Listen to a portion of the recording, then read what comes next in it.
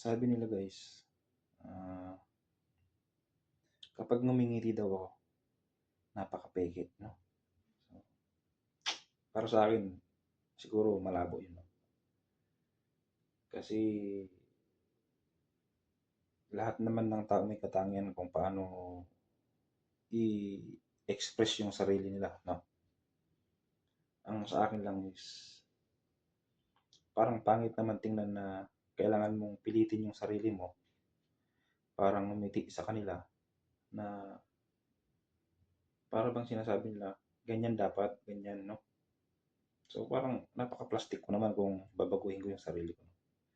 So, ang sa akin, ah, dapat doon lang tayo sa totoo, no? Kung ano yung pagkatao natin, doon tayo, no?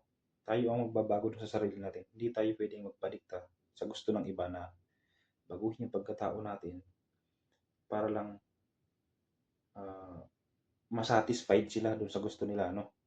Ibig kong sabihin dito, tayo yung nagdadala sa sarili natin. Tayo yung gumagawa ng paraan para makipag ano sa ibang tao, no? Makipag-usap, yan. Hindi sila yung pwedeng magdikta para sa atin. Tandaan nyo to, tayo lang at sarili natin ang pwedeng magdikta sa sarili natin, no? Kung alam nating mali, siyempre, itutuwid natin yun, no? Pero yung didiktahan nila tayo para baguhin yung sarili natin is napakakalaking pagkakamali nun. Pangit yun na gagawin lang nila tayong parang dahilan na humarap sa kanila para maging maayos na parang ganun yung gusto nilang mangyari na harapin sila ng ganun, no? Yung gusto kong iparating dito, huwag tayong maging plastic, no? Um, Pangit tingnan na parang ang gusto nilang mangyari, sumunod tayo sa kanila para yun ang makita nila at maipakita natin sa ibang tao, no? So, ang sa akin lang,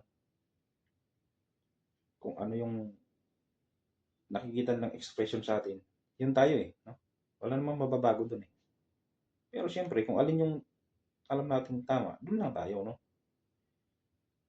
Eh, ako nga eh, napakatigas kong magsalita. Pakiwari nila, galit na raw ako sa kanila. Ano yun? No? Mataas ako magsalita, galit na raw ako sa kanila. No? Anong gusto niyong gawin ko sa kanila? No? Yung i-express ko na ang bait-bait ko. No? Ano, sa totoo lang kasi guys, hindi paiba-iba yung ugali ko. No? Parang, minsan parang suplado, minsan parang mainitin ang ulo. Pero sa totoo lang, hindi ganun. No? Kaya ko naman makipagsabayan sa galaw ng tao. Pero yung babaguhin nila yung ugali ko para lang sa kanila. Mali yun. So, kaya masasabi ko lang dito, no? Huwag tayong makipagplastikan, no? Doon lang tayo sa totoo.